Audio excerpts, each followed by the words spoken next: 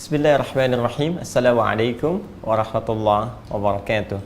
Alhamdulillahi rabbil alamin. Wassalatu wassalamu ala rasulillahil karim Sayyidina Muhammadin wa ala alihi wa sahbihi wa ummatihi ila yawmiddin wa ba'du. Faya ibadallah, usi nafsi wa iyyakum bitaqwallahi faqad fazal muttaqun fala tamutunna illa wa antum muslimun. Faqala ta'ala ya ayyuhalladzina amanu taqullaha haqqa tuqatih wala tamutunna illa wa antum muslimun. Saudara-saudariku, apa kabar? Berjumpa kembali dalam lanjutan program Sitama, serupa tapi tak sama. Sebelumnya kita memohon kepada Allah Subhanahu wa taala semoga salat yang telah kita tunaikan khususnya di subuh tadi diterima oleh Allah Subhanahu wa taala dan diikhlaskan insyaallah hanya dengan berniat baik kepada Allah Subhanahu wa taala. Bagaimana merasakan kenikmatan? Ya, zikirnya seperti apa tadi? Ya, sudah baca Al-Quran belum? Ya, disiapkan ya rencana amalan kita, karena di antara rahasia penamaan waktu sholat itu bukan sekedar penamaan biasa. Ya, jadi kalau kita menggali dalam ketentuan syariat itu setiap diksi yang ditetapkan selalu punya makna. Ya, sholat itu bukan hanya ibadahnya, bukan hanya bacaan dan gerakannya yang punya makna, punya hikmah. Bahkan di balik penamaannya pun itu ada tujuan, ada pesan, ada hikmah. Ya, ada subuh, ada zuhur, ada asar, ada maghrib, ada isya. Nanti satu waktu khusus kita bisa bahas itu. Ya, tapi subuh diantaranya disebut dengan subuh, bahkan dia punya dua nama spesifik di antara sekian waktu sholat. Karena itu keutamaannya juga unik. Ya, kalau zuhur satu nama, asar satu nama, maghrib satu nama, isya satu nama. Tapi subuh dua. Ya, satu subuh, yang kedua fajar. Ya, fajar ditemukan di Quran surah ke-17 Al-Isra ayat ke-78. Aqimis salata liduluki syamsi ila ghasaqil laili wa qur'anal fajr. Inna qur'anal fajri kana mashhuda. Subuh yang di surah At-Takbir itu, was-subhi idza tanaffas. Ya, secara singkat, kenapa disebut dengan subuh? Di antaranya seakar, senafas dengan kata asbah, sesuatu yang sudah siap, ya, sesuatu yang sudah akan dieksekusi, rencana-rencana matang yang akan diaktualisasikan, yang akan dikerjakan. Karena itu orang Arab kalau bertanya kaifa asbahtum, bagaimana keadaanmu di pagi kali ini, ya, maka mereka berkata nabi khair, saya baik-baik saja, saya siap mengerjakan segala hal. Ya, subuh, kenapa disebut dengan subuh? Salah satu pesan yang ingin disampaikan, jika sudah tiba waktu ini, Anda sudah siap mengeksekusi, mengerjakan segala rencana-rencana yang sudah Anda siapkan. Ya, karena itu bersamaan dengan nafas yang mengalir dalam diri kita, sudah siap pula rencana-rencana yang akan kita eksekusi. Ya, seperti halnya mentari pun kemudian mengeluarkan sinarnya, tampak fajarnya, maka tanaman mulai mengeluarkan oksigen, semua mulai bergerak, alam-alam mulai juga menyiapkan aktivitasnya. Kalau alam saja sudah beraktivitas, maka bagaimana dengan kita yang dihisab? Karena itu mesti punya rencana. Ya, tuliskan malam harinya. Kan sering saya sampaikan, apa yang mau dievaluasi dari hari kemarin, dari ibadah kita. Kemarin sholat berjamaahnya berapa kali? Ya, sunnahnya kemudian bagaimana? Maka hari ini siap kita maksimalkan. Kemarin baca berapa ayat Al-Quran, sekarang kita akan tuntaskan berapa ayat, berapa surah, mau infak berapa hari ini, demikian seterusnya. Kalau sudah siap rencana itu, maka datanglah kemudian di awal waktu hari ini, yaitu saat tandanya, saat fajar mulai tiba. Ya, saat matahari mulai dengan sinar pertamanya membelah kegelapan bumi, itu yang disebut dengan fajar. Karena itulah saat fajar itu kita membawa rencana-rencana kehidupan kita, bersyukur kepada Allah atas nikmat kehidupan yang diberikan, untuk mengoreksi yang kurang-kurang di masa lalu dan meningkatkan amalan di masa kini. Sebelum kita kerjakan, datang dulu kepada Allah menunaikan sholat, untuk memohon kepada Allah supaya rencana itu diberikan kemudahan dan persetujuan atau taufik Allah Subhanahu wa taala. Karena itu perintah sholat salah satunya bersanding dengan permohonan. Ya ayyuhalladzina amanu sta'inu bis-sabri was-shalah. Quran surah kedua ayat 153. Hei semua orang beriman, ya, mintalah permohonan kepada Allah, minta tolong dari setiap persoalan, setiap rencana-rencana yang akan kamu kerjakan, dari setiap masalah-masalah yang kamu hadapi, terima dulu dengan sabar, lantas bawa kepada Allah lewat sholat, minta. Nah, mudah-mudahan semua rencana kita diberkahi oleh Allah Subhanahu wa Ta'ala dan bisa dikerjakan dengan penuh keikhlasan. Namun itu tidak mudah karena ada setan yang selalu mengintai. Ada iblis yang punya rasa dendam tak berkesudahan, yang memerintahkan pada semua pasukan anak keturunannya untuk tidak pernah melupakan bagaimana janjinya, bagaimana komitmennya untuk menggoda seluruh anak cucu Adam sehingga menjauh dari ketaatan terhadap Allah Subhanahu wa Ta'ala. Dan serupa tapi tak sama, si Tama pada yang malam tadi yang telah kita lalui, kita telah belajar tentang iblis. Oke. Saya tuliskan juga dalam bahasa Arabnya atau bahasa Al-Qur'annya seperti ini, kan? Kemudian setan. Nah, ini bisa seperti ini tulisan di Indonesianya atau seperti ini syaitan. Kan? Tuliskan seperti ini ya, syaitan. Fokus, ingat baik-baik teman-teman sekalian. Di awal jumpa si Tama saya tekankan kita punya musuh yang harus dihadapi dalam kehidupan di muka bumi, bahkan disebut musuh yang paling nyata. Innahu lakum aduwwum mubin. Sungguh iblis, syaitan itu adalah musuh kalian yang paling nyata, musuh yang paling real, musuh yang paling berbahaya. Nyata itu nampak berbahayanya, ya, kelihatan bahayanya. Baik, karena itu kita harus mengerti dengan dalam, harus punya strategi. Namanya musuh, kalau ingin dihadapi, kita mesti mengetahui triknya, strategi musuh, mengetahui kemampuannya, mengetahui kekuatannya, sehingga dengan itu mudah bagi kita kemudian untuk mengalahkannya. Nah, ini sudah kita bahas. Iblis, ya, berasal dari kalangan jin asalnya. Ini dari Quran surah ke-18 ayat ke-50. Semalam telah kita tuntaskan karena dia berasal dari kalangan jin. Jin itu punya sifat yang pertama tak nampak dalam pandangan kita, dari kata janna, sesuatu yang tidak tampak dalam pandangan. Yang kedua, ingat dia punya materi. Materinya apa?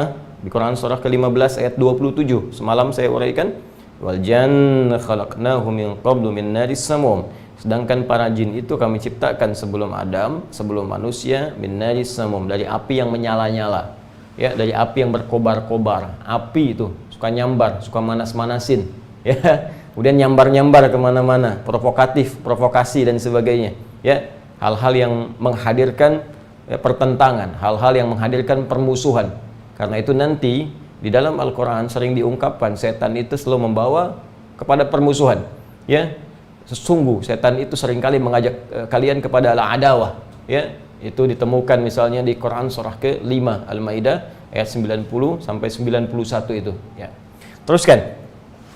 Kemudian dia tadinya taat, ya, lalu tertutup ketaatan itu dengan satu perbuatan buruk yang sangat luar biasa tinggi celaannya, yaitu sikap angkuh yang tak berkesudahan, sombong yang tidak ada ujungnya.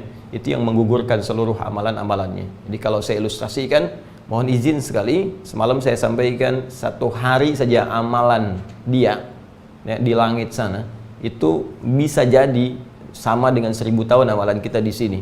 Jadi kalau yang ribuan tahun beramal dengan sombong tak berkesudahan itu bisa hilang, maka bagaimana dengan manusia yang barangkali tidak menyerupai atau tidak selama, ya, bisa mengerjakan amalan itu seperti lamanya jin yang kelak kemudian menjadi iblis, tertutup kebaikan-kebaikan yang pernah dikerjakan dengan sombong tak berkesudahan, sehingga sesuatu buruk menutup kepada yang baik itu melekat kepada pelakunya, menjadikan namanya berubah menjadi apa?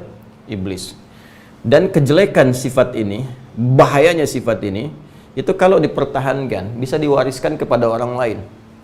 Ya, ingin membuktikan, tapi membuktikan kesombongan, membuktikan keangkuhan.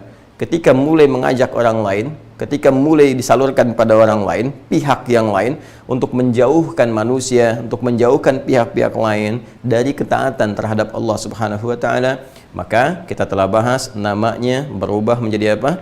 Syaitan. Dari kata syaitana, ya, yang menjauhkan dari segala nilai kebaikan, dari rahmat Allah Subhanahu wa taala. Maka ketika melekat itu kepada satu makhluk, berubah nama menjadi apa? Syaitan. Makhluk ini umum sifatnya. Ya, ini umum. Walaupun pelaku utamanya tetap iblis dan turunan-turunannya. Tapi kalau ini diwariskan kepada apapun yang sifatnya makhluk, benda, hidup atau mati, ya, yang bisa menjauhkan kita dari Allah, dari ketaatan terhadap Allah, maka benda itu menjadi apa? Syaitan. Ya, persis sama. Iblis nggak kelihatan, ya. Nih, dengan sifat ini.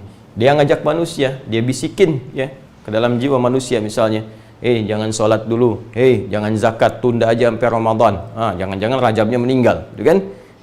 Jangan infak dulu, jangan baca Quran dulu. Diikuti. Itu iblis pada saat itu menjadi apa? Setan. Tapi kemudian yang paling berbahaya ketika iblis menggunakan proksi. Pihak ketiga dipakai nih. Ya, bisa makhluk yang hidup seperti manusia lagi. Masuk ke dalam jiwa manusia atau bahkan menyamar dia, seperti waktu pertemuan di Darun Nadwah itu, yang rencana-rencana kemudian diusulkan untuk membunuh Nabi sallallahu alaihi wasallam, kan provokatornya iblis waktu itu, ya. Nah, terus masuklah ke dalam wujud Abu Jahal, ya. Dalam arti dia yang menyamar, datang memprovokasi, Abu Jahalnya kemudian kemasukan setan. Makanya saya katakan lebih mudah mengatasi setan, mengalahkan setan dibandingkan manusia yang kesetanan, ya. Akhirnya dia mengusulkan untuk bunuh saja, siapkan pasukan khusus dan sebagainya. Akhirnya apa yang terjadi? Yang terjadi adalah manusia-manusia itu menjadi proksinya iblis, ya. Wujudnya manusia, tapi sesungguhnya isi dalamnya telah terpenuhi oleh misi dan visi iblis. Menjadilah setan. Karena itu Allah menekankan setan itu bisa berwujud jin ataupun manusia. Minal jinnati wan nas. Bisa benda mati. Jika benda mati itu yang tak bernyawa menjauhkan kita dari Allah Subhanahu wa taala. Misal TV itu bisa jadi setan. Ketika televisi itu menghadirkan program-program yang sekiranya dengan program itu menjauhkan manusia dari ketaatan kepada Allah. Makanya hati-hati, jangan menjadi agen-agen acara-acara yang menjauhkan manusia dari ketaatan kepada Allah. Ya, bikin acara yang menyimpang, bikin acara yang menjauhkan orang-orang dari ibadah, bikin acara yang bahkan menafikan Tuhan, itu paling berbahaya. Ya, atau bahkan TV-nya sendiri, ya, acaranya tayang pas di waktu sholat sehingga orang-orang melalaikan sholat. Bisa handphone, hati-hati, bisa jadi setan. Ketika handphone itu menggagalkan peluang kita untuk ibadah kepada Allah Subhanahu wa taala. Jadi cara berpikirnya sederhana saja. Segala yang menjauhkan kita dari Allah itu potensial menjadi syaitan. Maka jangan sampai ada syaitan di saku Anda. Ya, wujudnya apa? Bisa handphone dibuka, gambar-gambar yang buruk, video-video yang erotis dan sebagainya. Syaitan. Awas, ingat, dengan nama general tadi, tak sadar bahkan ya kita sendiri atau bahkan benda di sekitaran kita bisa menjadi proksi yang digunakan oleh iblis untuk menjadi bagian dari provokasinya berwujud apa? Syaitan. Agak tinggi bahasanya ya. Ya enggak apa-apa. Jadi kita belajar yang dengan pelajaran ini kita bisa mengerti bahwa wah ini strateginya ini waduh dahsyat ini. Ya makanya saya katakan ini di Yunani disebut diabolis itu. Ya. Cendekiawan sesat. Sesat dan menyesatkan. Jadi ini luar biasa ini, luar biasa ya. Kejeniusannya, kepintarannya digunakan untuk berbuat hal-hal yang buruk dalam kehidupan. Ya, makanya mesti hati-hati. Nah, dia ini punya langkahnya banyak. Bukan cuma langkah 1000, bisa 100.000, bisa 1.000.000. Ya, jadi banyak yang dia kerjakan. Yang penting karena syaitan sifatnya, yang penting bagaimana orang itu bermaksiat. Ini poinnya. Bagaimana orang bermaksiat, tujuannya itu aja. Mau skala besar dulu, turun ke kecil dan sebagainya. Yang penting maksiat, bagi iblis demikian. Ya. Dan langkahnya disebut khutwah, strategi yang sangat jitu gitu. Kalau kita nggak sadar dengan itu, bisa kena. Ya. Itu kita temukan misalnya di Quran surah kedua ayat 168. Ya. Itu kalimat pertama yang disebutkan oleh Al-Quran yang menyebutkan langkah-langkah yang akan ditempuh oleh iblis. Ya Allah tuh maha baik kepada kita. Saking baiknya disebutkan. Nih, musuh-musuh ini. Ya. Wujudnya begini, sifatnya begini, langkahnya begini. Cuman kenapa kita masih terpedaya? Karena nggak baca petunjuk. Ya, Katanya taat pada Allah, tapi petunjuk Allah nggak dipelajari, nggak diamalkan. Ya, katanya pengen nyaman hidup di dunia, pengen menjauh dari setan, tapi petunjuk Allah sendiri nggak dibaca, sehingga nggak ngerti ini loh, setan tuh begini cara kerjanya. Ya ayyuhan nasu kulu mimma fil ardi halalan thayyiban wa la tattabi'u khutuwatis syaitan. Hai semua manusia, silahkan beraktivitas, bekerja, cari makan di bumi dengan cara yang legal, yang benar. Dari situ dapatkan dengan cara yang baik, konsumsi yang baik-baik. Jangan diikuti khutuwati syaitan. Dari kata khutwah. Ya, khutwah itu setahap-setahap. Ya, dia sudah punya langkah nih, tahap ini begini, tahap ini begini. Oh, kalah pebisnis lah. Strateginya nih. Nih plan A-nya, nih plan B-nya, plan sampai Z dia udah ada. Kalau habis Z ada huruf lagi, mungkin dia punya juga tuh. Ya. Yang penting gimana caranya maksiat. Nih. Ya, rumah diajak ke orang, rampok rumahnya nih, curi nih, apa dan sebagainya. Terbawa hasratnya, begitu mau nyuri, teman-teman sekalian, adzan berkumandang, Allahu Akbar, fitrah mulai muncul. Ya, bukankah saat adzan berbunyi, kata Nabi, fafarra syaitanu alaihi dharat, setan meninggalkan anak Adam, ya, dia sambil terbirit-birit. Kalau bahasa tekstualnya terkentut-kentut. Maksudnya apa? Saking bencinya dengan suara adzan, iblis setan ini, kalaupun adzan ada baunya, dia mau tutupin tuh. Lari. Makanya ketika adzan itu, karena setannya lari, fitrah manusia kadang-kadang kembali kepada dirinya. Ya, kadang-kadang terfikir dia, oh sudah adzan ya, oh ada panggilan, suara apa ini? Nah itu fitrah itu. Ya, makanya kadang-kadang kita jalan sama temen tuh, ya, padahal dia mungkin belum beriman, ya, padahal dia mungkin ya jarang mengerjakan satu ketaatan, misalnya tiba-tiba jalan adzan Allahu Akbar, dia bisa berkata, sudah adzan tuh, apa nggak sholat dulu kamu? Tuh, lari itu. Ya, tapi ketika adzannya selesai, la ilaha illallah, ini bisa jawab di temannya, tenang, baru adzan, belum qomat. Kenapa? Karena setannya balik, fa'ada, fa'idha thuwiba fa'ada. Kalau selesai adzan, balik lagi. Ya. Tiba-tiba mau ngambil nih, adzan Allahu Akbar, nggak jadi. Begitu selesai adzan mau balik ke sini, kata iblis, ya udahlah, nggak usah diambil, lempari aja rumahnya. Ya. Mau ngelempari, aduh, nggak enak lah, takut ketahuan, dah coret-coret aja. Mau dicoret-coret, takut ada yang lihat, ya udah, gibahin aja, gosipin aja. Tuh, yang penting bagi iblis tuh maksiat. Mau skalanya besar, ke kecil, atau bahkan bisa dibalik dari kecil ke besar. Awalnya naik ke mobil, mau ngambil, ya, keluarkan semua barang, pisau keluar. Tiba-tiba orang berniat mau memberi, refleks, dikira mau nyerang, langsung keluarlah serangan itu. Ya, bisa melukai, bisa menghilangkan nyawa dan sebagainya. Hati-hati. Ya, setiap ada getaran-getaran dalam jiwa kita, dorongan-dorongan untuk penyimpangan, untuk kemaksiatan, boleh jadi itu adalah tanda pertama yang langsung ditunjukkan oleh Allah bahwa ada pergerakan iblis, pergerakan setan yang ingin mengarahkan manusia pada keburukan. Sekarang cara kerjanya seperti apa? Dari mana dia masuknya dalam bagian tubuh kita dan seperti apa kita menaklukkannya? Itu yang belum selesai kita bahas pada kesempatan malam tadi. Yuk kita turunkan. Quran surah 91 ayat 7 sampai dengan 10. Fokus baik-baik teman-teman sekalian. Lihat sini. Allah menciptakan kita. Masih ingat dalam kajian roti? Ngobrol dan tanya Ustaz Adi, ya? Sebagai manusia yang sempurna, laqad khalaqnal insana fi ahsani taqwim. Fokus Quran surah 95 ayat yang keempat. Kemudian diberikanlah oleh Allah secara umum 3 bagian utama yang menyusun manusia secara umum. Satu adalah fisiknya, ini tampilan body kita yang terlihat dengan ini beda satu dengan yang lain, laki-laki dengan perempuan. Setiap lelaki dan perempuan pun bisa beda dengan yang lainnya. Kalau kelihatan mirip-mirip, DNA-nya bisa tidak sama, sidik jarinya, Allahu Akbar, semua tidak ada yang sama satupun.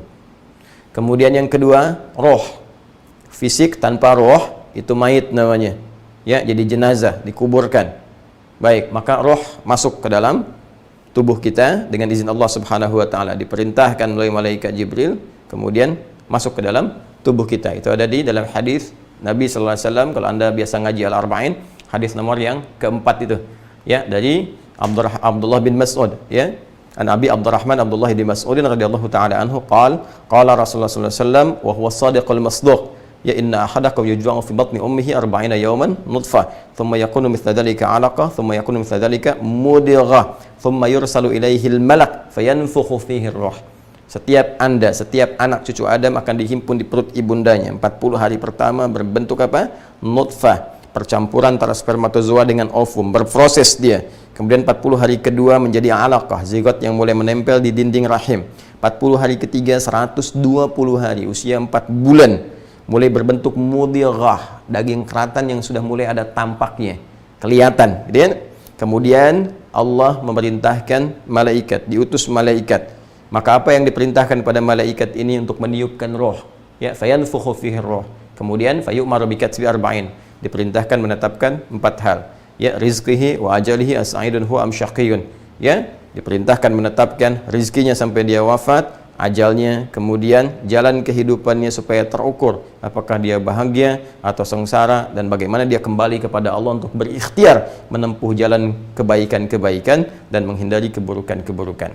Fokus ini, ditiupkan rohnya dalam usia 4 bulan. Jadi 4 bulan itu dalam kandungan, ingat ya para akhwat yang tengah mengandung, itu usia 4 bulan rohnya sudah ada, ya, masuk roh dengan jasad. Kemudian yang ketiga apa? Akal. Ini yang membedakan dengan hewan, ya. Maka diberikan komponen ketiga berupa akal. Fokus baik-baik, manusia ini harus ada ketiganya, harus ada ketiganya, ya. Lepas dari fungsinya lemah atau kuat, itu kembali kepada kita memberikan nutrisinya. Karena itu di Quran ada nutrisi semua. Lihat kajian roti yang telah lalu, ya, nutrisi akal dengan belajar, nutrisi roh dengan ibadah, nutrisi fisik dengan makan yang sehat, menyehatkan yang cukup. Jelas ya? Kalau akal hilang sama dengan hewan nantinya, ya. Kalau tidak dijaga dengan baik, kalau roh hilang, ya, maka meninggal. Kalau fisiknya hilang, tinggal roh saja, maka gentayangan namanya. Ya, baik. Fokus sampai sini. Ketika roh masuk ke dalam jiwa, ya, masuk ke dalam tubuh kita, maka dirubah kemudian namanya oleh Allah menjadi nafas. Menjadi nafas. Ya, nafas dari sini diambil, diserap ke dalam bahasa Indonesia dengan bisa bernafas. Nafasnya masih ada sebagai tanda kehidupan. Awas, hati-hati, ini agak dalam bahasannya, ya. Roh masuk kemudian ke dalam tubuh ketika menyatu dengan jasad, ya. Ini ada di Quran, misalnya surah ke-15 ayat 28 ya sampai ke-30. Wa idz qala rabbuka lil malaikati inni khaliqun basyara min salsalin min hama'in masnun fa idza sawaituhu, kalau aku sudah bentuk fisiknya dalam usia 4 bulan itu, wa nafakhtu fihi min ruhi, maka aku tiupkan roh yang bersumber dari Allah. Jadi roh itu enggak ada kaitan dengan manusia. Ya, ini hak prerogatif Allah Subhanahu wa taala, langsung dari Allah. Ya, kalau perkembangan janinnya dari awal, ya, nanti teman-teman sekalian, Allah memberikan kepada kita perangkat untuk ikhtiar. Dan Allah Maha mengetahui sebelum kita berikhtiar, sedang berikhtiar, setelah berikhtiar. Karena itulah untuk menjaga janin kita ikhtiar, ya. Suami cari nafkah yang baik-baik, makan dari situ. Bawa makanan dimakan oleh istri. Dari makanan ini masuk ke dalam tubuh. Ya, sedangkan kualitas makanan kan bisa beda-beda. Ya, ada makanan yang halal, yang baik, maka menjadikan janin itu menjadi bagus, bersih, baik. Ada makanan yang kurang baik, yang tidak menyehatkan, menjadikan kualitas keadaan janin itu menjadi kadang kurang baik. Sedangkan roh, materinya bukan berasal dari kita, semua bersumber dari Allah. Quran surah ke-17 di ayat ke-85. Yas'alunaka 'anir roh. Banyak orang, Muhammad SAW ingin bertanya kepadamu, meminta informasi seputar roh. Jadi bukan orang-orang sekarang saja yang pengen observasi, ingin tahu tentang keadaan roh. Orang dulu sudah ada yang tanya. Tapi Allah sudah memberikan jawaban. Makanya kalau sudah diberitahu, jangan capek-capek riset puluhan tahun hanya untuk menganalisis roh. Buang-buang waktu. Baca satu ayat ini, selesai. Qulir rohu min amri rabbi, wa ma utitum minal ilmi illa qalila. Katakan Muhammad SAW, urusan roh, itu urusan Rabbu, urusan Allah. Hak prerogatif Allah Subhanahu wa ta'ala. Dan jangan merasa semua kalian harus pengen tahu. Ilmu kalian itu terbatas, kata Allah. Kenapa harus terbatas? Supaya kalian tahu bahwa ada yang maha tahu. Ya. Ada yang harus kemudian kita tinggikan, ada yang harus kita sembah. Terbatas, ya. Tapi Allah pun memberikan di sini sinyal kepada kita, karena ini urusan Allah. Maka kalau Anda ingin mengetahui, ingin belajar dengan keterbatasan kita, maka kembalilah kepada keterangan Allah Subhanahu wa taala. Di Quran diterangkan. Karena Allah pencipta kita, Allah Maha tahu, makanya diterangkan dalam Al-Qur'an. Jelas. Seperti ini, seperti ini, seperti ini, dengan hal yang mungkin bisa kita tangkap sesuai dengan keterbatasan kita. Maka keterangan pertama, ketika roh ditiupkan oleh Allah Subhanahu wa taala, diberikan masuk ke dalam tubuh kita. Ingat, roh sumbernya dari Allah. Tuliskan ya. Ini kita buang dulu kata maksiatnya. Kita katakan manusia di sini. Teman-teman, mohon izin fokus ya. Ini mungkin agak dalam, tapi saya bermohon kepada Allah mudah-mudahan diberikan kekuatan untuk menyampaikan dengan mudah supaya bisa dipahami. Izinkan saya memperlambat sedikit ya supaya mudah untuk ditangkap. Manusia. Di sini ada komponen utama dulu, fisik. Di sini roh. Ya. Kemudian disempurnakan dengan akal. Saya tarik ke sini. Akal. Saya bicara ini dulu. Ini bagian pertama. Ya. Yang diciptakan, dibentuk sampai nanti menjadi sempurna, ayatnya sangat lengkap di Quran. Ya, Anda bisa mulai dengan misalnya bahkan dari fase umum, Quran surah ke-7 ayat 189, perkembangan janin, Quran surah ke-22 ayat yang kelima, ya. Kemudian apa yang terjadi di dalam janin, proses antara fisik perkembangan dengan penyatuan roh, Quran surah ke-15 ayat 28 sampai dengan ke-30-nya. Bahkan ada komitmen yang dibangun ya antara janin yang sudah ditanamkan roh dengan Allah di Quran surah ke-7 ayat 172. Itu lengkap sekali sampai kelahiran, sampai ke pemberian ASI ya, pemberian ASI di Quran surah ke-2 ayat 233. Ini ya ada kaitan dengan perintah Allah. Ingat, lihat bahasanya supaya tidak keliru. Dengan perintah Allah untuk berikhtiar ya, menjaga kekuatan dan kesehatan fisik. Tapi yang ini sumbernya langsung hak prerogatif Allah Subhanahu wa taala. Ya. Karena ini ada sifat ikhtiar di dalamnya. Seperti halnya saat tumbuh pun kita berikhtiar, ya. Maka ini bisa macam-macam. Kalau ikhtiarnya baik, menjadi baik keadaannya. Ya. Kalau ikhtiarnya buruk, maka menjadi buruk. Sedang mengandung, suami bawa makanan haram, mabuk-mabukan dan sebagainya, bahkan istri makan makanan haram, dan itu akan berpengaruh sekali. Ya, nanti dalam kajian lain kita akan coba detilkan. Bisa jadi bercampur, ya, campur antara baik dengan buruk, nyatu. Karena itu Nabi pernah memberikan satu keterangan yang sangat menarik. Ya, semua kita berasal dari Adam, kullukum min Adam, ya. Wa Adam min turab, sedangkan Adam dari tanah. Sedangkan tanah itu kualifikasinya bisa beda-beda.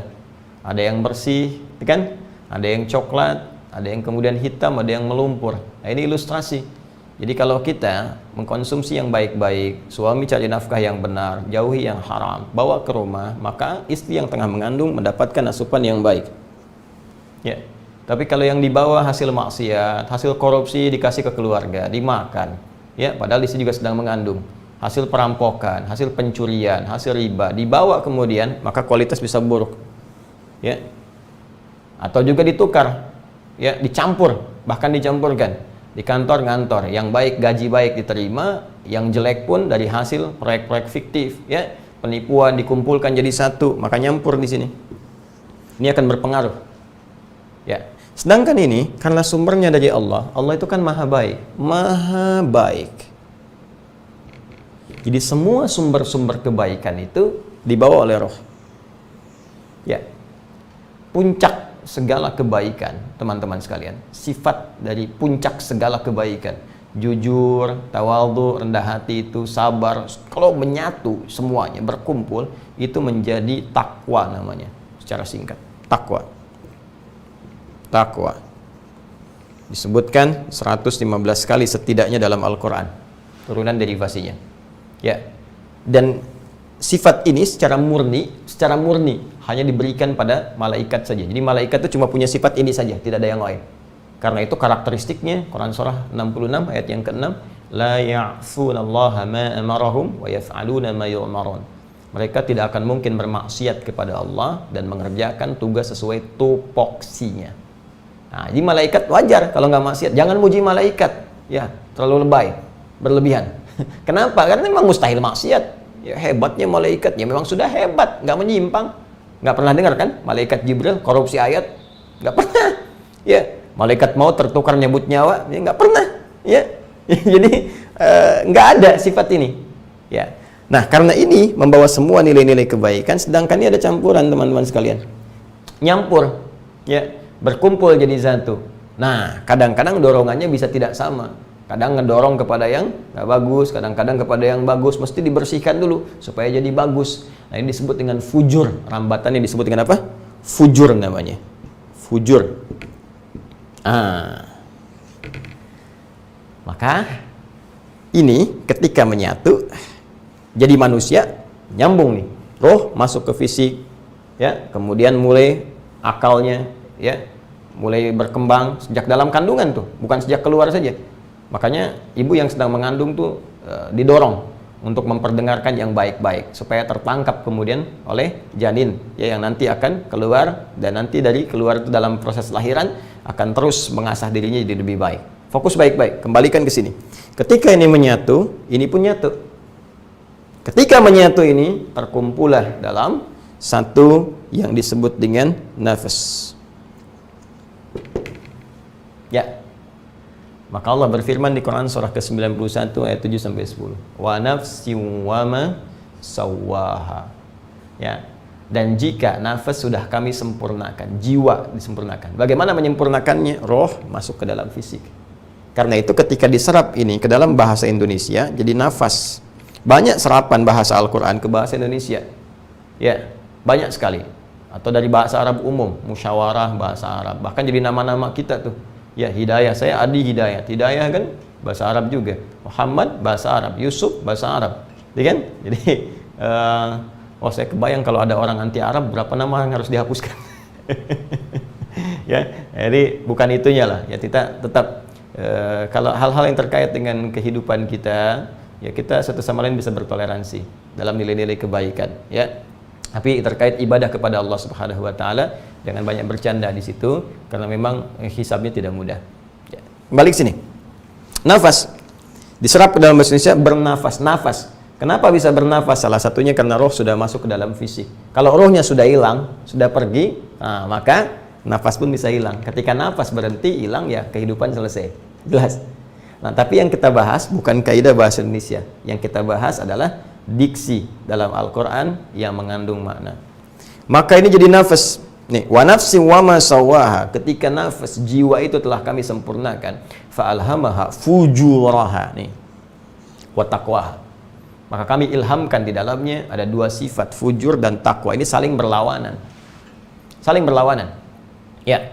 Ingat, karena di fujur ini tadi ada sifat-sifat yang mungkin bercampur nih, yang terbawa saat dalam proses kandungan. Boleh jadi makanannya halal, tapi nanti ada perilaku-perilaku yang haram. Lagi mengandung malah gosip. Nonton tayangan yang nggak bagus, kan terbawa kan. Di apa yang dirasakan ibu itu kan terbawa. Ya, masuk ke dalam janinnya, memberikan pengaruh kualitas. Ya, hati-hati, kadang-kadang di situ membawa dorongan-dorongan. Itu sifat fujur tadi. Sifat itulah yang harus dibersihkan. Ya, dicuci. Qad aflaha man zakkaha. Maka orang yang mampu menyucikan jiwanya, membebaskan dari dorongan-dorongan sifat fujurnya, dorongan jeleknya, ya, yang bawaan-bawaan yang nggak bagus ini bisa dia cuci tuh, hapuskan. Ya, bukan menghilangkan unsurnya. Kalau hilang ya hilang kehidupannya. Anda kalau nyuci, ibu kalau nyuci buang pakaiannya atau buang kotorannya? Nggak ada orang nyuci buang pakaiannya. Cekuk, buang. Cekuk, buang. Mama, kemana kemeja ayah yang kemarin baru dibeli? Aduh, mama cuci, Pak. Tapi nggak ketemu, kan dibuang. Kan yang dicuci itu kotorannya, bukan pakaiannya. Jelas ya? Nah, tapi yang paling menarik begini, ketika dicuci itu kan menghilangkan kotoran. Nah, cara berpikir kita, kalau kita belajar ilmu kalam, di logika misalnya, atau di filsafat dengan turunan yang benar, yang baik ya, bukan yang aneh-aneh. Gini, lihat baik-baik. Kotoran itu diciptakan oleh Allah, bukankah untuk menemukan sisi kebersihan, bukan untuk menjadikan kita kotor. Awas, lihat cara berpikirnya. Bukankah kotoran diciptakan oleh Allah sesungguhnya bukan untuk menjadikan diri kita kotor, tapi untuk menunjukkan ada kebersihan di balik itu. Coba kalau nggak dibuat kotoran, kita nggak tahu kalau baju kita ini bersih atau tidak. Bukankah Anda baru mencuci kalau bajunya kelihatan kotor, baunya mulai tercium, itu kan kotor. Artinya apa? Kotoran itu muncul menunjukkan kepada kita supaya kebersihan itu hadir. Sama persis dengan ini. Ya, sifat fujur ini, ya, sifat yang kadang-kadang terlihat tidak baik, dorongan kepada hal-hal yang kurang bagus, dorongan-dorongan kurang bagus, teman-teman sekalian, ya, itu muncul lawan dari takwa, sebetulnya bukan ingin menjadikan diri kita itu buruk. Contoh, di sini ada dorongan kesombongan, sombong, pamer, ria, dan sebagainya lah, ya. Dan saudara-saudaranya, sombong wa akhawatuha, ya. Nah, nih muncul. Di sini ada lawannya, rendah hati. Pasti nih. Ini selalu berlawanan. Jika di sini baik, di sini pasti negatif. Ya, ini ada jujur, di sini ada dusta. Anda mau bilang tidak ada dusta di antara kita, tetap dusta. Itu ada. Cuma bagaimana mengontrol, mengendalikannya, menghilangkannya. Fokus baik-baik. Lihat sini. Setiap ada baik, di sini pasti ada lawannya negatif. Nah, sifat yang jelek ini diciptakan oleh Allah bukan ingin menjadikan perilaku kita buruk, bukan. Sombong diciptakan bukan ingin menjadikan manusia jadi orang sombong. Bukan, tapi supaya rendah hatinya muncul. Sebab kalau nggak ada itu, nggak ketahuan sifat rendah hati. Ya, makanya dicuci, bersihkan. Jadikan katalis pada kebaikan. Marah kan kalau nggak diciptakan, nggak ketahuan sabarnya. Nggak mungkin ada sabar kalau nggak ada pemicunya. Ya, mohon izin, suami baru pulang dari kantor. Nggak ada hujan, nggak ada angin, nggak ada badai, tiba-tiba mama menyambut depan pintu. Sabar ya Pak, sabar. Kan suami bingung, Bu. Tapi ketika ada sifat ini, sifat itu, kejadian ini, kejadian itu, baru muncul itu. Tapi bagaimana mengontrol itu, mengendalikan, supaya sifat-sifat baik itu muncul dengan elegan. Itu poinnya. Karena itu ada redaksi, cuci. Bersihkan. Ya, bersihkan. Zakka, sifatnya disebut tazkiyah. Dari sini muncul ilmu tazkiyatun nafas. Ya, dan diantara tugas Nabi SAW yang langsung diperintahkan oleh Allah, salah satunya ini, membimbing kita dengan pedoman-pedoman untuk menyucikan jiwa. Quran surah kedua ayat 151. Kama arsalna fikum rasulan minkum yatlu alaikum ayatina wa yuzakkikum, dan membimbing kalian dengan ayat-ayat Allah untuk bisa membantu menyucikan jiwa. Nah, apa kaitan dengan setan tadi?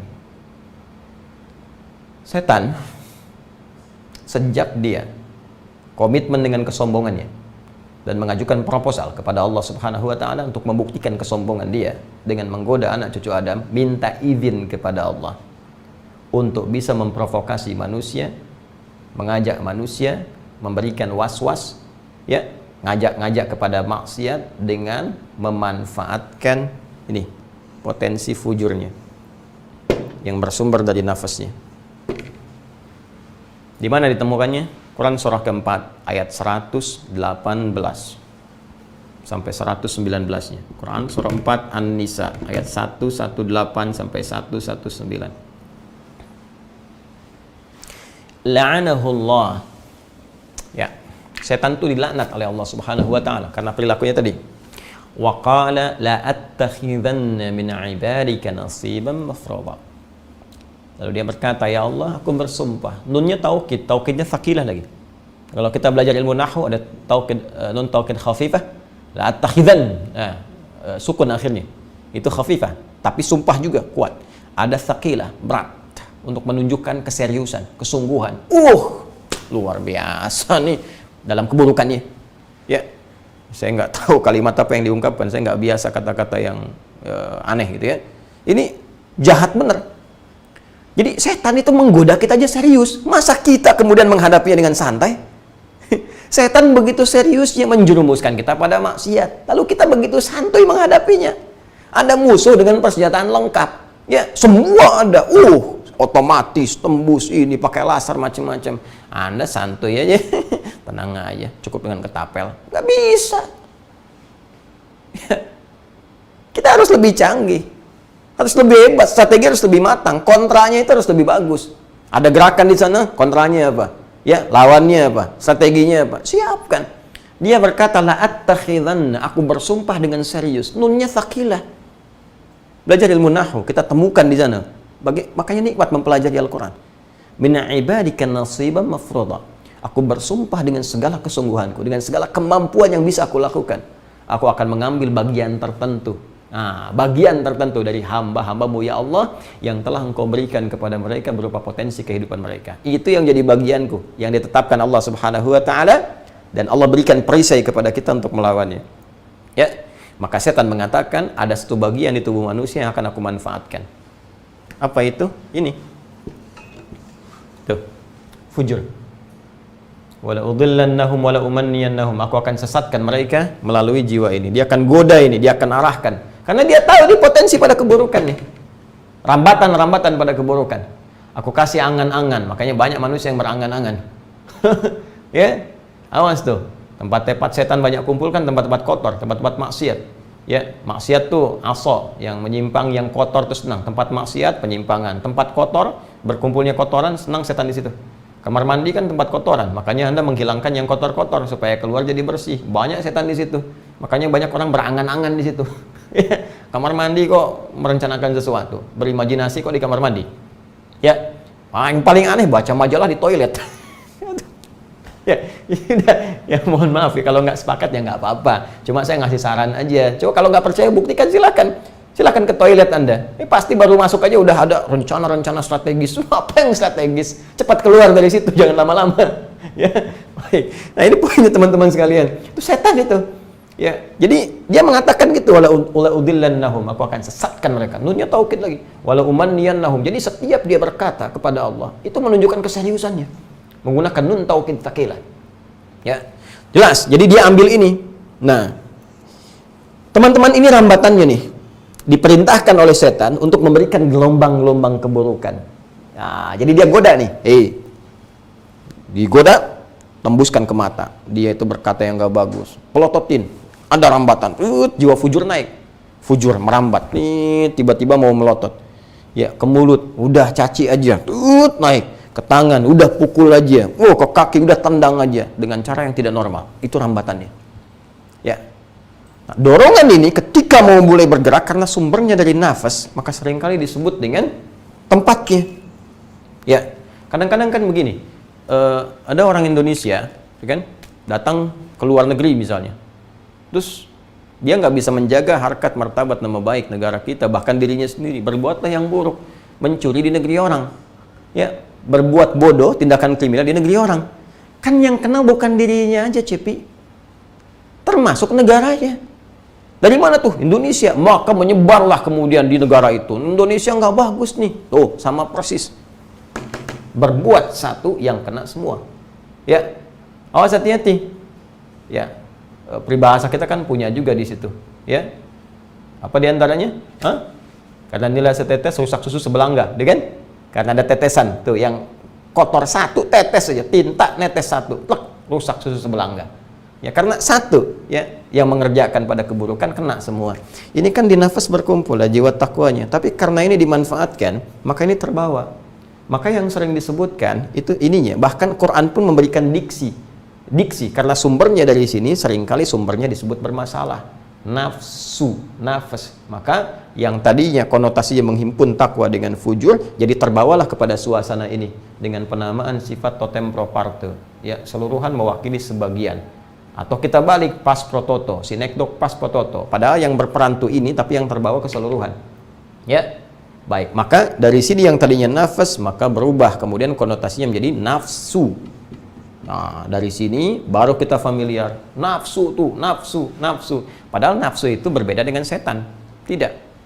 Nafsu kalau sifat fujur saja itu dorongan, menginginkan sesuatu dengan sangat kuat, makanya disebut syahwat namanya. Syahwat, keinginan yang kuat untuk mendapatkan sesuatu. Dengar suara tukang roti, pengen sampai kepikiran, sampai mau tidur mimpi makan roti misalnya kan. Nah, itu nafsu, syahwat.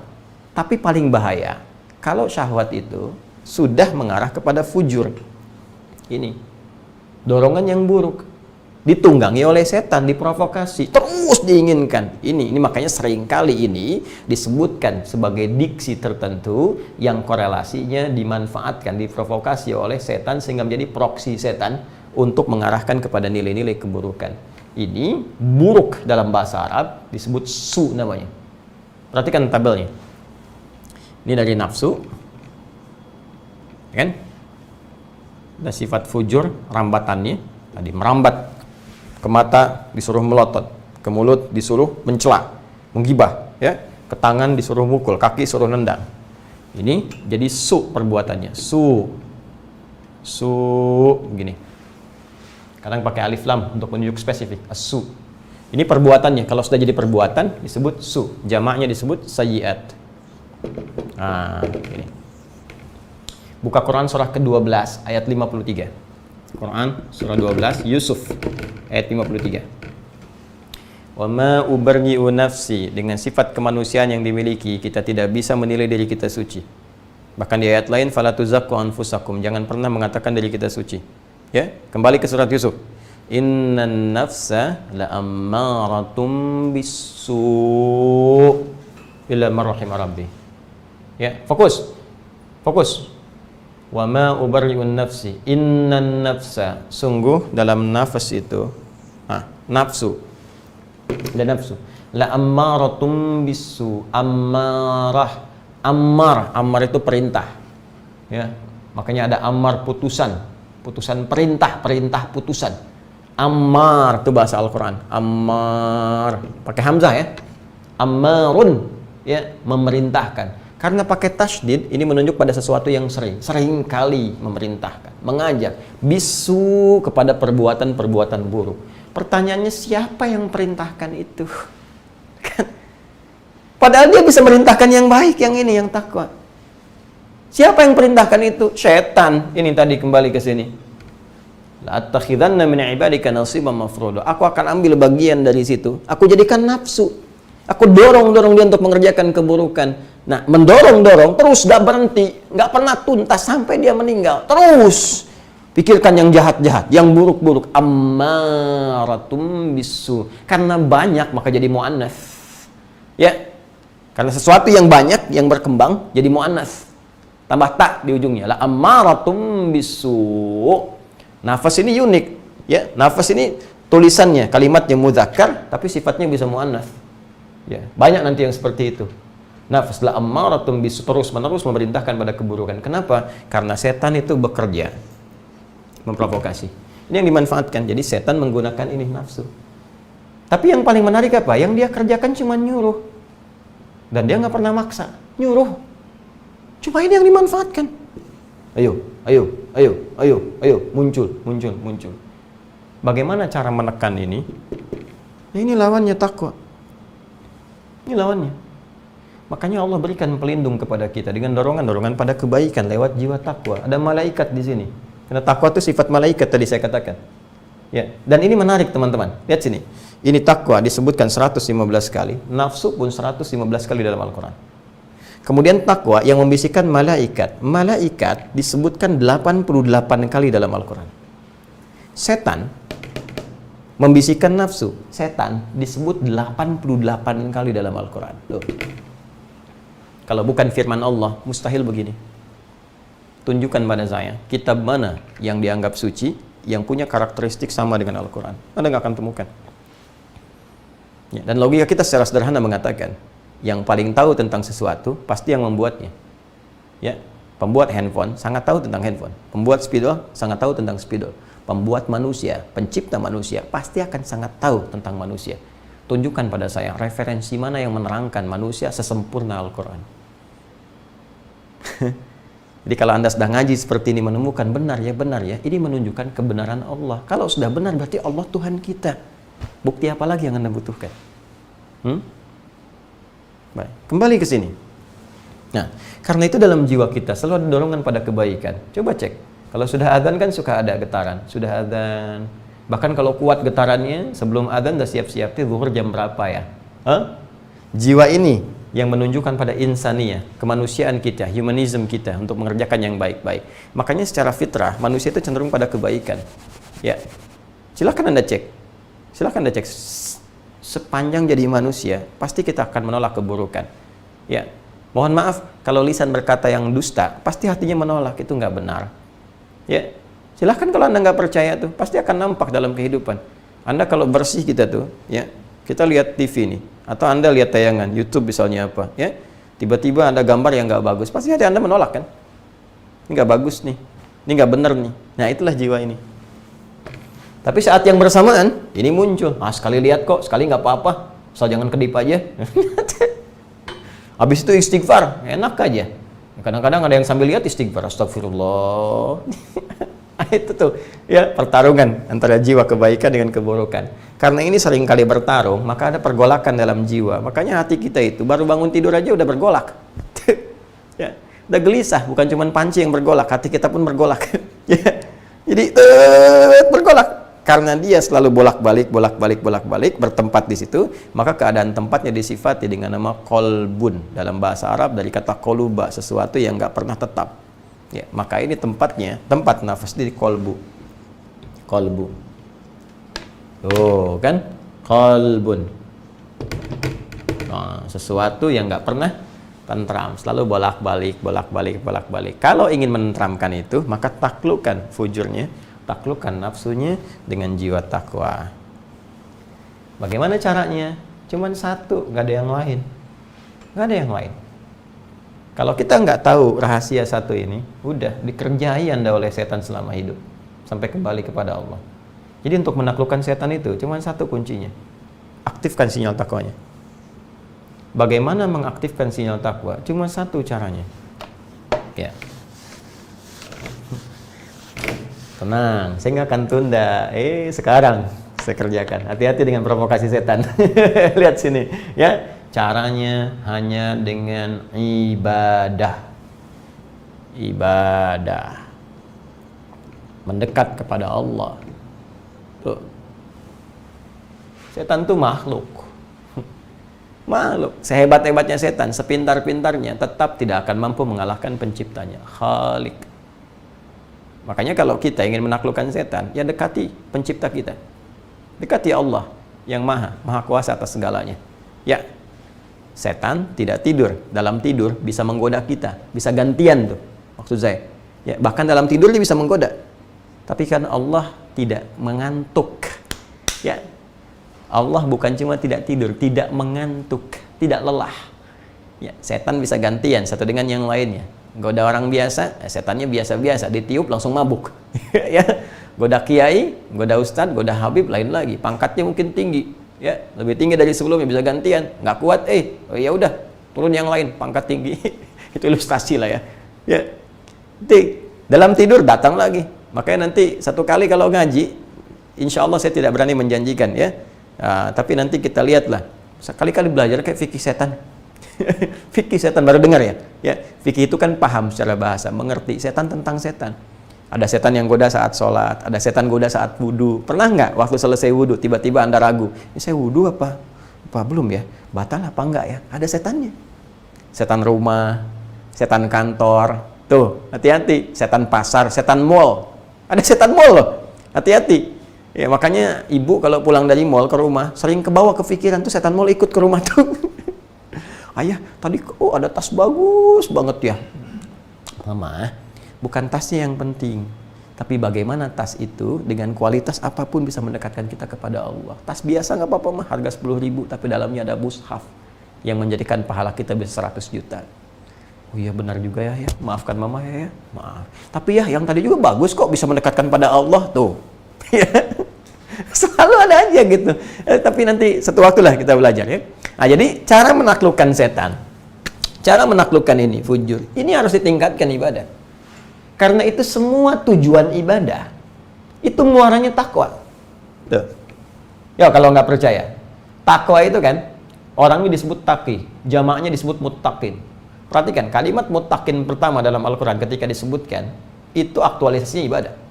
Quran surah kedua Al-Baqarah ayat 2 sampai dengan 5. Dzalikal kitabu la raiba fi hudalil muttaqin. Hei, jangan ragukan Al-Quran. Itu sumber petunjuk pada semua nilai kebaikan. Ya, khususnya bagi orang yang bertakwa. Itu akan menjadi petunjuk yang luar biasa. Bagaimana cara jadi orang takwa? Perhatikan ayat 3 sampai 5-nya. Alladzina yu'minuna bil ghaib. Yakin kepada Allah dulu walaupun belum tampak dalam pandangan kita. Wa yuqimunas shalah. Lalu tunaikan salat. Jadi salat itu bagian dari implementasi takwa. Ya. Salat itu muaranya takwa, tujuannya takwa. Apa salah satu manfaatnya? Supaya bisa menaklukkan fujur ini, supaya nggak bawa provokasi pada keburukan. Keburukan itu kan wujudnya cuma dua. Kalau bukan fahsya dari syahwat, ya, yang menunjukkan ke arah-arah yang erotis sifatnya. Kata-kata buruk, kotor, jorok, pornografi, porno aksi. Nah, itu fahsya namanya, fahisyah. Fahisyatun. Nah, sifat utamanya fahsya. Tuh. Atau segala yang diingkari oleh jiwa dengan sifat takwa kita. Ya. Merampok, membunuh, mencuri, itu kan diingkari. Dusta diingkari. Ya. Sesuatu yang diingkari disebut mungkar namanya. Mungkar. Ya. Sholat itu ketika dikerjakan, diantara manfaatnya menekan nafsu, menekan fujur supaya tidak muncul dorongan berbuat fahsya dan mungkar, supaya nggak diprovokasi oleh setan, supaya muncul ini. Ditemukanlah di Quran statement Allah, Quran surah ke-29 Al-Ankabut ayat 45. Utlu ma ukhya ilaika minal kitab. Ngaji dulu, baca dulu apa yang diwahyukan kepada Muhammad SAW, Rasulullah kepada Muhammad SAW dari keterangan Al-Quran. Baca, pelajari, petunjuk Nabi baca. Tentang apa? Tentang sholat. Wa aqimis sholat. Tunaikan sholat dengan benar sesuai petunjuk Al-Quran dan keterangan Nabi tadi, pedoman Nabi tadi. Inna sholata, sungguh sholat yang dikerjakan dengan benar sesuai petunjuk tadi, tanha anil fahsya'i wal munkar, akan mencegah, menekan, ya, menanggalkan perbuatan fahsya dan mungkar yang sumbernya dari sini. Tuh, boleh kebacakan sekarang? Wa mimma razaqnahum yunfiqun. Infak bisa meningkatkan takwa supaya nggak muncul dorongan rakus akan harta. Kalau sudah rakus ditunggangi setan tuh bahaya. Rakus aja udah bahaya, rakus ditunggangi setan, semua dimakan. Sapi tuh, sapi kurban cuman makan rumput. Manusia kalau udah ditunggangi setan, makan aspal, makan jalan, makan beton, makan pulau, tuh makan semua tuh. Mau sampai di mana? Ya kan meninggal nggak akan dibawa-bawa tuh kalau udah rakus tuh begitu. Ya, sudah punya kuota sendiri, pakai kuota berlebihan. Teman-teman, lihat nih, ya, mohon maaf, air itu, ini tinta spidol aja, udah punya ukuran. Kalau dikasih tinta kebanyakan luber, nggak bisa dipakai spidolnya. Di gelas punya ukuran, ya, gelasnya udah cukup sampai penuh. Anda paksakan masuk, tumpah keluar, malah jadi banjir. Hujan tuh ada ukuran, tapi kalau Anda sembarangan makanin jalan air dan sebagainya, hambat semua itu, yang nggak cukup kemudian ditampung, masuk semuanya, banjir kejadian. Sama harta juga begitu. Kalau sudah rakus, dimanfaatkan, diprovokasi setan, dikumpul-kumpul, apa yang Anda kerjakan? Makanya muncul syariat berbagi, ya, zakat, infak. Anda tidak dilarang kaya. Kalau bisa kaya, kaya aja, silahkan kaya. Kalau ada yang bertanya, saya bingung nih, saya udah kaya begini-begini tapi nggak merasa menikmati. Bukan, karena cara Anda untuk menyalurkan kekayaan ada yang kurang tepat. Bertanya pada pencipta kita. Anda nggak dilarang kaya. Orang dulu banyak yang kaya kok. Bahkan Nabi itu mengatakan kaya biasa dalam Islam. Yang khawatir itu, kata Nabi, orang kaya yang tak mampu mengelola kekayaannya. Makanya untuk mengatasi sifat kegelisahan, sifat gak enak tadi, di Islam tuh ada infak, ada zakat, supaya ada ketenangan, ada keseimbangan, balance. Kalau nggak begitu, gelisah, nggak percaya silahkan. Nanti ujung-ujungnya udah dapat ratusan triliun, ribuan triliun, apa yang terjadi? Cuma melancong sana, lancong sini, kadang-kadang nyabutin cabe, nyabutin kangkung, nanam ini. Kenapa? Karena gelisah jiwanya. Ada yang kosong. Ada yang kosong, ada yang belum takluk. Jadi capek aja. Ya. Nah ini teman-teman sekalian. Ya. Walladzina yu'minuna bima unzila ilaik, baca Quran. Itu bisa menaklukkan ini. Ya, makanya sifat-sifat ibadah itu melahirkan ketentraman pada jiwa. Ada bidzikrillahi tatmainnul qulub. Quran surah 13 ayat 28. Yakinlah dengan sering zikir, mendekat kepada Allah lewat ibadah, ya, hati jadi tenang. Qulub jama' dari kolbun. Kan bergolak tuh. Kolbun tadi masih ingat? Bergolak. Nah, bagaimana menenangkannya? Dengan ibadah. Begitu ibadah, ketenangan tiba. Makanya ketika Anda sholat, tenang kan? Ya. Ketika Anda baca Quran, tenang kan? Ya kan? Coba cek kalau nggak percaya. Sedang ada masalah, wudu.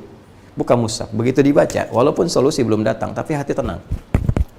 Itu udah janji. Demi Allah silahkan buktikan. Coba, ya, rasakan bedanya, bedakan rasanya, pasti akan terasa bedanya. Demi Allah saya katakan, karena sudah janji. Kalau Allah berjanji, tak mungkin mengingkari. Pasti itu sifatnya. Ya, baca mushaf, tenang. Nah, itu tipikal. Haji, ya, bagi yang berhaji sekarang terbatas dengan situasi tertentu, itu takwa bekal utamanya. Nggak percaya?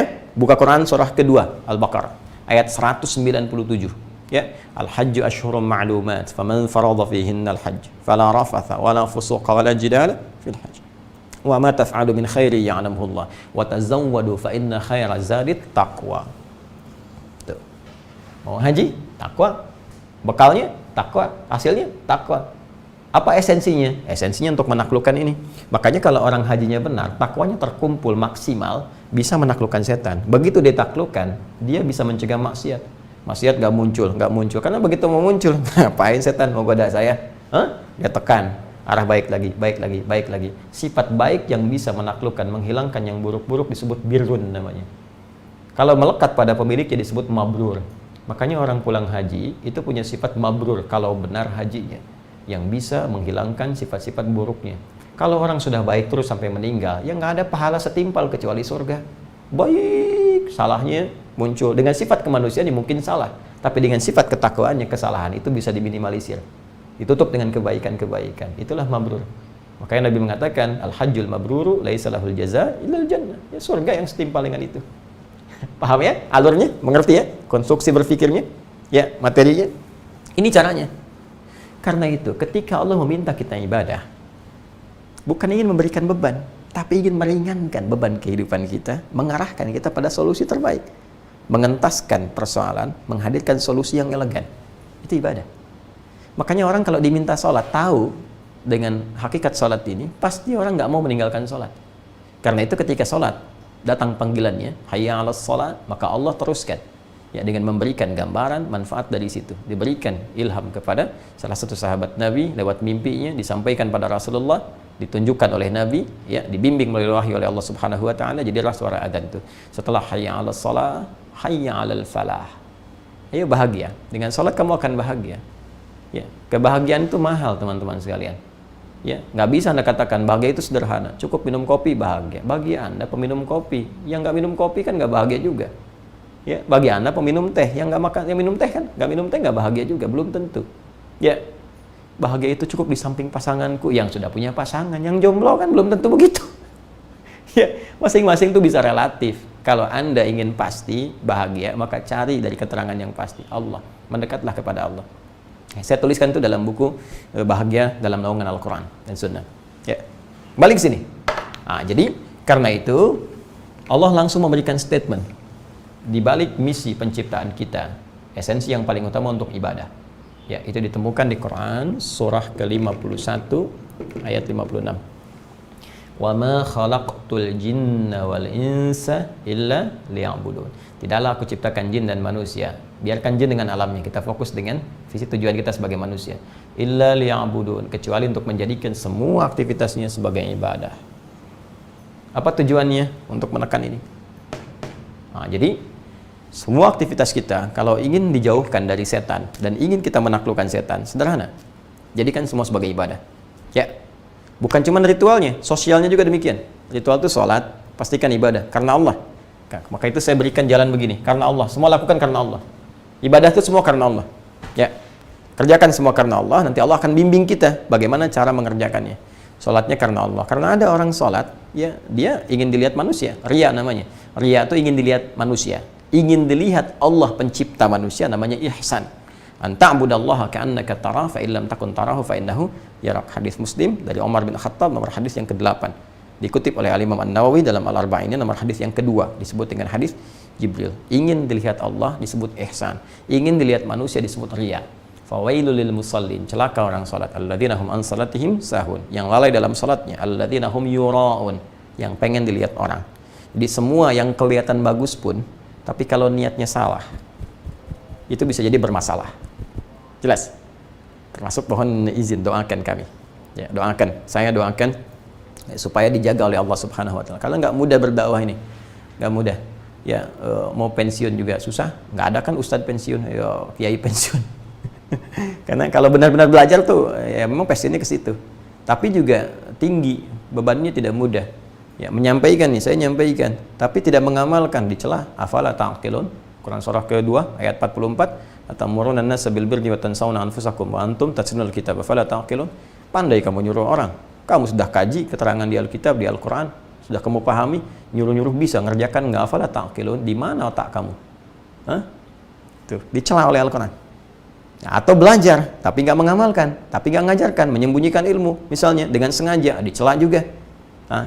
Karena itu tidak mudah. Jadi mohon didoakan supaya jalan kita tertata dengan baik ya. Karena itu dalam beberapa hal tertentu ya kita mencoba menjaga supaya tampilan kita benar-benar tertata ya. Artinya Allah ridha. Kita hanya bisa berusaha, nggak tahu kan yang diterima berapa. Sama ini di kita subscriber kita sembunyikan nih ya. Ya, salah satunya apa? Supaya kita motivasinya itu udah berdakwah jalillah, jangan karena ini karena itu. Kita nggak peduli ya, mau naik mau turun, kadang-kadang juga aneh. Ya, ini tiba-tiba turun sekian ribu, ini dalam sekian tapi viewer banyak. Untuk apa mikirin itu semua? Ya, terserah, mau naik mau turun itu urusan yang lihat. Kalau ada manfaat silahkan, kalau mau ikut silahkan, kalau baik silahkan. Tapi yang paling penting Allah lihat nggak kita, Allah ridho nggak gitu. Itu yang paling utama. Ya, yang penting kita berusaha dengan baik. Ya, kalau ada program kita baik, ingin orang meniru, bagus silahkan, nggak ada masalah. Mau namanya, mau programnya, mau caranya, yang penting semua baik. Allah ridha. Pada akhirnya kita akan pulang. Itu saja. Dan itu nggak mudah. Jadi saya juga minta didoakan teman-teman sekalian supaya dijaga keikhlasan dan kita berusaha sebaik-baiknya. Dan kita nggak tahu sekali lagi di mana dari sekian amalan kita yang diterima Allah Subhanahu Wa Taala. Ya. Oh ya, kembali ke sini.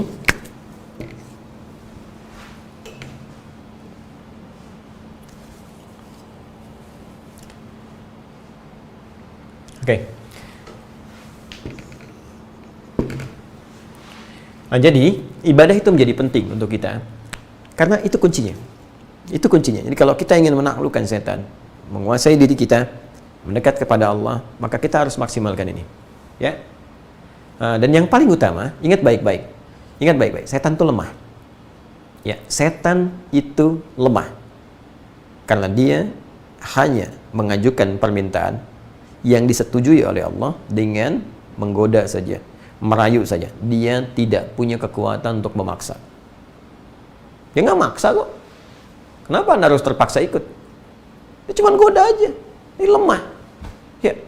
Karena itu orang-orang yang ikut setan nih, ikut godaan-godaan untuk bisa memenuhi nafsunya, itu ruginya 2 kali lipat. Di dunia sudah rugi, di akhirat penyesalannya dalam. Kenapa? Karena setan sendiri ketika dalam suasana hisab, tegang, mulai dia sadar. Dengan kesadaran yang tingkat tinggi, ya. Dia sadar juga waktu mengajukan permintaan kepada Allah, tapi kesadaran yang ditutupi oleh kesombongan. Begitu sudah melihat neraka, jahanam depan matanya, udah hilang semuanya tuh. Maka dia mulai beretorika, mulai pidato, mulai ingin menyesal. Udah nggak ada penyesalan di situ. Tapi memang sombong ya, sombongnya begitu. Ya, jadi penyesalannya pun diliputi kesombongan juga. Ya, wa qala asyaitanu lamma qudiyal amru. Quran surah ke-14 ayat 22. Quran surah ke-14 ayat 22. Wa qala syaitanu, setan mulai pidato, yang mulai hisab. Nyampein dia kepada siapa? Nih yang ikut-ikut dia saat di dunia. Dia ingin berlepas diri. Lamma qudiyal amru, ketika ditetapkan hisab itu. Dan nampak tuh nerakanya tuh. Apa yang dia katakan? Innallaha wa'adakum wa'adal haqqi. Wa wa'adtukum fa akhlaftukum. Kalian ini kenapa? Allah udah janjikan kepada kalian janji yang benar, sedangkan aku cuma ngajak-ngajak janjiin, terus aku ingkari sekarang. Tuh, ya, kau yang berjanji, kau yang mengingkari, setan tuh. Dia tuh mengatakan, aku berjanji, aku mengingkari. Allah yang benar, kalau Allah janji, Allah nggak akan ingkar. Itu yang disebut Quran surah 3 ayat 9. Innallaha la yukhliful mi'ad. Ya, innallaha wa'adakum wa'adal haqqi. Ya, Allah menjanjikan kepada kalian yang benar. Kenapa nggak kalian ikutin? Aku tuh cuma janjikan yang salah. Aku ingkari. Ya, dan aku nggak punya kekuatan. Dia katakan sendiri, aku nggak punya kekuatan. Illa anda utukum fastajabtum li. Ya, aku cuma ngajak aja. Cuman kenapa kalian ikut? Itu setan. Kalimat setan langsung. Aku nggak punya kekuatan pada kalian. Aku nggak bisa maksa. Aku nggak maksa kok. Cuman ngajak doang. Tapi kan kenapa ente ikut? Tuh. Enak aja dia bilang begitu tuh. Aku cuma ngajak. Ya, sekarang aku nggak bisa tolong kalian. Kalian aja nggak bisa tolong aku. Ma'ana bimusrihikum wa antum bimusrihiyya. Ya, aku nggak bisa tolong kalian sekarang. Kalian aja nggak bisa nolong aku. Ya, maka bagaimana aku bisa nolong kalian? Itu setan tuh, ngeselin banget kan? Ya, ngejitak nggak bisa, ya kan? Ngejar-ngejar juga susah. Ya makanya paling baik dari sekarang kita taklukkan aja, bikin santai aja. Ya, bikin santai. Kadang-kadang saya suka bikin santai. Allahu Akbar, Allahu Akbar. Adzan nih. Kan? Wis adzan, tar dulu nih, Sadadi, baca aja dulu. Ngapain Tan? Mau goda? Dah, saya ustad dulu. Kadang-kadang penting juga ya. Ada sebagian orang yang kadang mengkhitab, berbicara dengan jiwa aja, dengan dirinya. Ya, kadang dia lewat tulisan. Apa kamu sudah aman dari api neraka? Tuliskan di dindingnya. Itu kan mengkhitab nafsu. Tulis di meja kerja. Tuliskan, ya di hidayat kamu akan wafat, sekali kembali ke akhirat. Kamu kira kamu sudah aman? Tuliskan. Jadi begitu melihat itu balik lagi. Itu tarbiyah. Mesti ada riyadhah, ya, ada latihan. Riyadhah nafsiyah, melatih jiwa kita. Jangan sampai dikerjain sama setan, dunianya sengsara, akhiratnya nestapa. Ini poinnya. Ya. Jadi mulai hari ini kita coba berusaha bikin planning yang bagus, ya, bikin kurikulum untuk ibadah. Ya, makan kita mesti jadi ibadah, minum kita ibadah, kerja kita ibadah, supaya lurus, bersih, terbebas dari keburukan, benar jalannya. Rezeki kita sudah diatur, cuma kan surga kita belum teratur. Ya, kita harus berikhtiar untuk mewujudkan itu. Karena itu, buat planning, dan inilah keindahan Islam. Silahkan bandingkan dengan ajaran-ajaran manapun. Cari, adakah bimbingan kepada manusia yang mengatur aktivitasnya dari bangun tidur sampai tidur lagi? Silahkan cek di Islam. Anda akan temukan semua itu. Dari bangun tidur sampai tidur lagi. Bahkan doanya pun ada, bacaannya ada. Bangun tidur sampai tidur lagi. Dari perkara yang sederhana sampai hal yang sangat kompleks dalam kehidupan, ada bimbingannya. Kalau itu bukan disiapkan oleh Sang Pencipta, mustahil bisa terjadi. Bagaimana seorang Nabi Muhammad SAW yang berada di lingkaran yang sangat jauh dari peradaban bisa dapat informasi seputar masalah biologi, masalah fisika, masalah astronomi, masalah-masalah yang kompleks sifatnya yang nggak terpikirkan oleh orang di masa itu. Mustahil. Dan semua nyata dan memberikan bimbingan dari semua aktivitas manusia dari bangun tidur sampai tidur lagi, lengkap dengan diksi yang sangat sempurna. Kalau bukan dari pencipta kita, mustahil. Dan kenapa Allah memberikan itu semua? Karena sifat sayangnya kepada kita. Karena itulah Bismillahirrahmanirrahim yang membawa nilai-nilai sayang Allah kepada kita sampai dengan kembali kepadanya menjadi bagian terpenting dalam setiap aktivitas kita. Kullu amrin dzibalin la yubda'u fihi bi Bismillahirrahmanirrahim fahuwa abtar. Setiap perbuatan baik jika tidak disertai dengan Bismillahirrahmanirrahim, maka terpotong nilai ibadahnya. Ya, bukan hanya ingin menjadikan kalimat itu terucap di lisan, tertanam di jiwa, tapi lebih ingin menyadarkan kita bahwa betapa sayang Allah kepada kita dengan rahmat-Nya. Allah sayang supaya kita tidak jatuh dalam jerumus maksiat, dalam tindakan jahat. Rahman-Nya dapatkan, Rahman ya Rahman, Rahman ya Rahman, dapatkan itu semua. Sehingga dengan rahman itu kita bisa mendapatkan rahim Allah saat kembali menghadap kepadanya dalam suasana yang tidak biasa itu. Semoga Allah menyayangi kita, memaafkan kesalahan kita, maafkan saya, dan semoga kita diampuni oleh Allah Subhanahu wa taala sampai dengan wafat dalam keadaan husnul khatimah insyaallah. Istiqamah serupa tapi tak sama. Subhanakallahumma wa bihamdika asyhadu an la ilaha illa anta astaghfiruka wa atubu ilaik wa akhiru da'wana alhamdulillahi rabbil alamin. Assalamualaikum warahmatullahi wabarakatuh.